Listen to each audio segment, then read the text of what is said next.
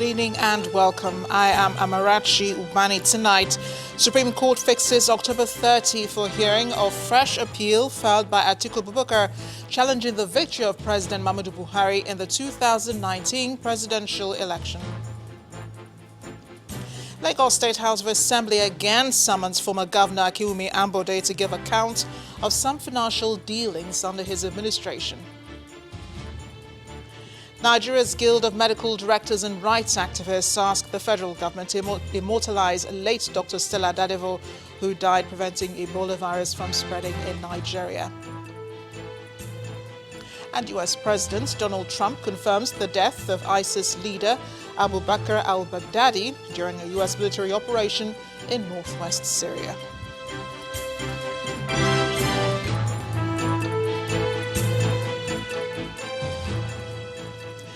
The Supreme Court has fixed Wednesday, October 30, to hear the appeal of PDP presidential candidate Atiku Abubakar against the election of President Muhammadu Buhari in the February 23 poll. Alhaji Atiku and the PDP formally filed their appeal against the judgment of the Presidential Election Petitions Tribunal at the Apex Court on September 24th on the grounds that the tribunal erred in the decision to dismiss their petition.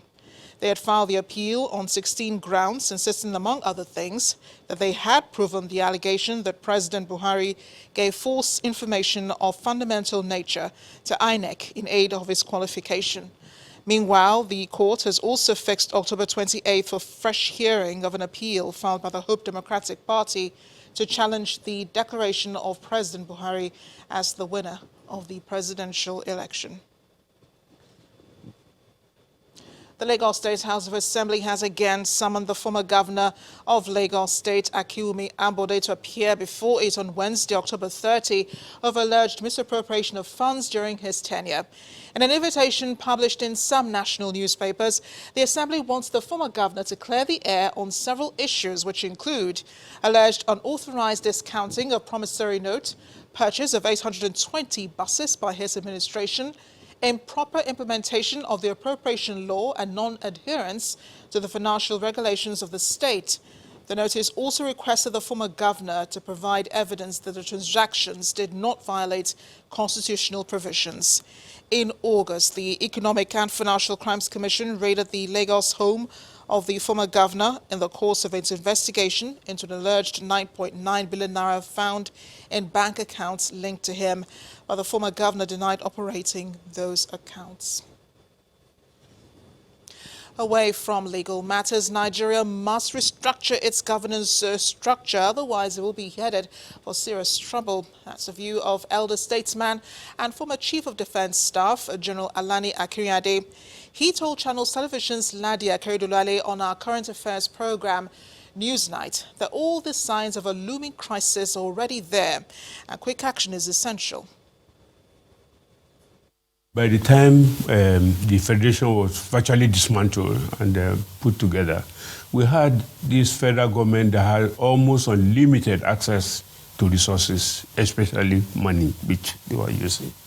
When that started dwindling out, I thought we should have been smart enough to realize that this party is over and everybody should go to a stand to go and fend for himself. And we have never recovered from that mistake. If you don't allow all the various federating units to go back now to sit down and really, on their own, reorganize their homes and their business, these countries cannot go, you can't go very far at all. It's not going to go very far. So I think if we are smart, we must eat the humble pie. In fact, reorganize the federation. The 12-state structure was the best we have ever had. If you say that anywhere in those 36 states today, they will probably get lynched.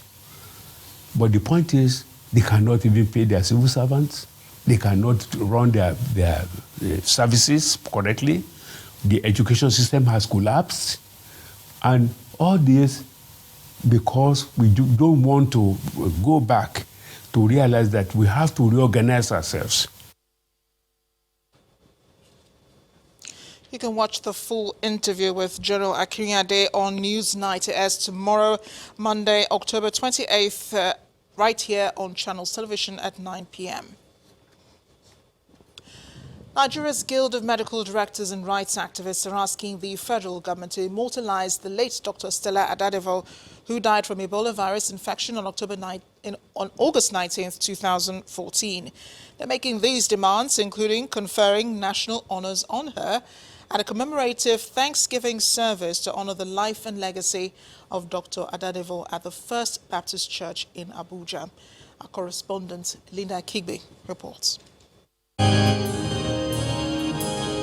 Sunday service at the First Baptist Church, Gariki, Abuja.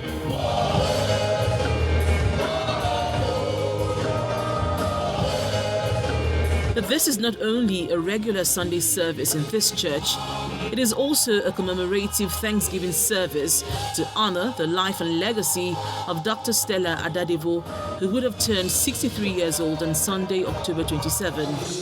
Late Dr. Stella Adewole died from Ebola virus on August 19, 2014. She is credited with preventing a wider spread of the Ebola virus in Nigeria by placing an Ebola patient, Mr. Patrick Sawyer, a Liberian, in quarantine, despite pressures from the Liberian government who wanted the patient to attend a conference in Calabar.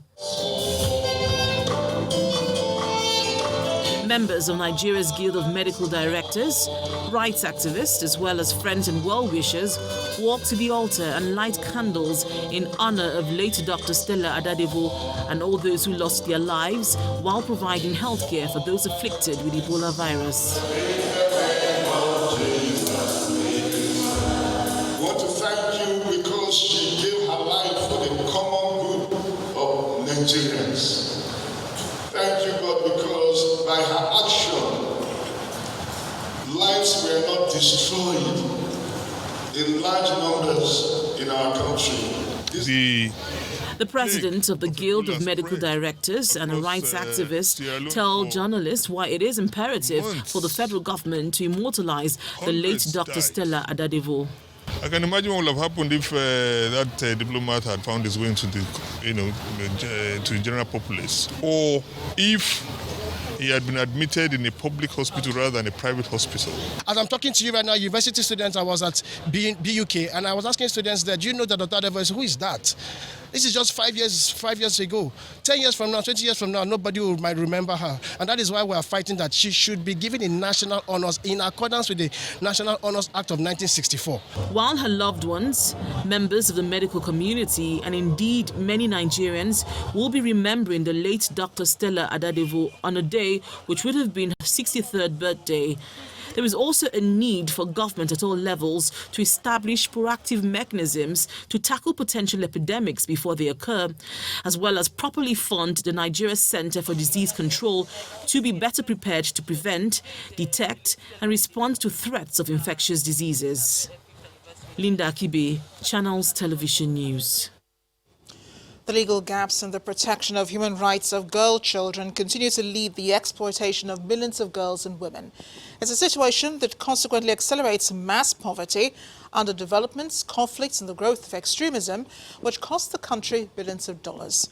In this report, our judiciary correspondent Shola Shiele looks at the issues of forced child marriages and the impact on the girls and the country. The growth of extremism continues to cost the country loss of lives, property and money, mainly because extremists have a large pool of socially disadvantaged children and youth to recruit from. Many potential recruits are born into circumstances where girl children are forced into marriage, have multiple children who lack access to education and social protection, which then makes them vulnerable to conflict-related recruitment. It typically starts at an individual level. Tell me about him, he will drink, he will smoke. Take the case of Amina, born in Borno State but now lives in Lagos, where she engages in petty trading. Amina tells me that she was forced into child marriage at the age of 12. Today, Amina, aged 27, is in a fight for survival after preventing her husband from forcing their daughter into marriage with one of his friends. The father wants my daughter to get married. She was 12 years old, and I told him no, she can't get married. but they said no, that she must get married. So I took my children, I ran out of the house, came to my mother's house. So he came there. He said he's taking he want to take the children, and my mother was supporting, so I have to run out of the house. Forced child marriage is a serious problem all over the world. A recent report by the United Nations Children's Fund, UNICEF, shows that 15 million girls are forced into marriage before the age of 18. UNICEF also estimates that more than 650 million women alive today were also forced into marriage before the age of 18.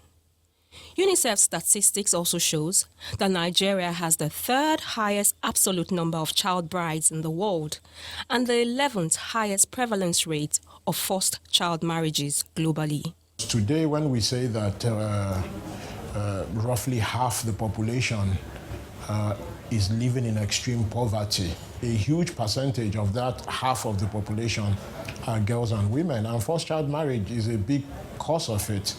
Different reasons have been given for the prevalence of forced child marriages in Nigeria. This includes economic, religious, and cultural beliefs. But these reasons are not tenable, especially because of the dangers forced child marriages poses to the human rights of the girl child. There are also health issues, including adolescent pregnancies, sexually transmitted diseases, VVF, AIDS, maternal and child mortality, and even suicide. There are also economic implications. A 2017 World Bank study estimates that forced child marriages cost Nigeria $7.6 billion in lost earnings and productivity every year. Nigeria has, at this point, about 13 million out-of-school children. This is going to be 13 million adults in the future who do not have skills or literacy levels. That is 13 million burdens to the economy in the future. That is 13 million possible people who could go into crime. The Child Rights Act of 2003, which is a domestication of the Convention on the Rights of the Child, was supposed to be the Nigerian answer to eradicating discrimination and exploitation of children. But some states are yet to domesticate the law. If I would ask you which states you think have not passed it, the two regions of Nigeria where the incidence of child marriage is prevalent is the 6 states in northwest Nigeria. Not one of them has passed it. And the 5 states in northeast Nigeria, not one of them have passed it. You've got to address cultural attitudes to at what age do girls married, how many children do girls have, how many wives do men have.